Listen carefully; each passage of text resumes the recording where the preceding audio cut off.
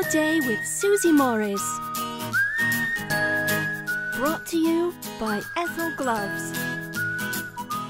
Making pie crust is something that intimidates a lot of people. I attribute this to the cooking shows. They make it seem a lot more difficult than it really is. All you need is a few simple ingredients. Our great-grandmothers knew what they were doing. They used lard in their pastry crusts. Lard is going to give you a much better quality finished product. It's going to be easier to work with as well. Traditionally, leaf lard is used for pastry. It's a higher quality product than the lard you're going to find at the grocery store. It's worthwhile to go to the extra effort to find this ingredient for your pies. You should be able to find it by contacting your small local butcher shop. If not, it's easy to find online. I use my grandmother's recipe and it has an egg in it. A lot of recipes do not contain this. Using an egg in your recipe will make the dough a lot easier to work with. This recipe makes 4 crusts. You can either make 4 single or 2 double crust pies. If you don't need all of the dough, you can freeze it for up to 3 months.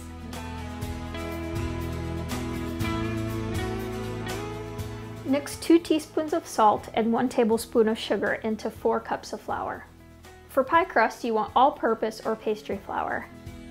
Next, add 1 3/4 cups of fat. I like to use 1 1/4 cup of lard and 1/2 cup of butter. I prefer to cook by weight because it's a lot more accurate. So for this recipe, I use 10 ounces of lard and 4 ounces of cold butter. The lard is going to give you that crumbly crust, and the butter is going to add a lot of flavor. Use a pastry blender or your fingers to mix the fat into the flour until it's crumbly.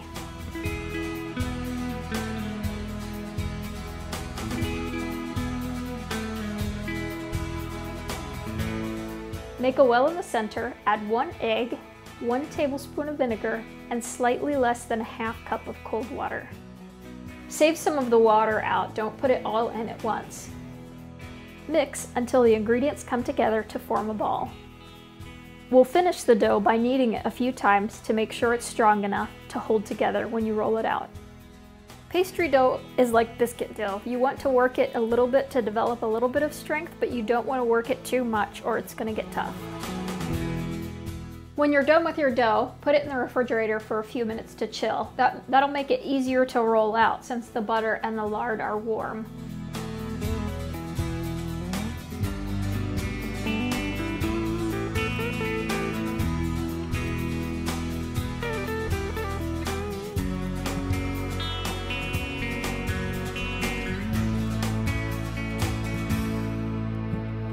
Sprinkle just a little bit of flour on top, smooth it out,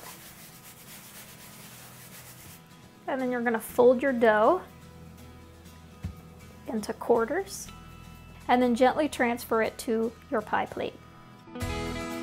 Then unfold it and press it gently into the edges of the pan. If you notice, some places the dough overlaps the edge a lot more than others. I like to take some of this off and fill in these thin areas. That way you have an even crust all the way around. Pinch up the extra dough to form the top of the crust. I like to use the traditional pinched edge because I find that it works better to prevent spillovers of the filling from the pie. If you end up with not enough dough to make a thick pinched edge, it's easy if you just run a fork along the edge. As with most things, you're going to notice a big difference when you take the time to make it from scratch and source good ingredients. Your family is going to be really impressed when you bring a pie with a homemade crust.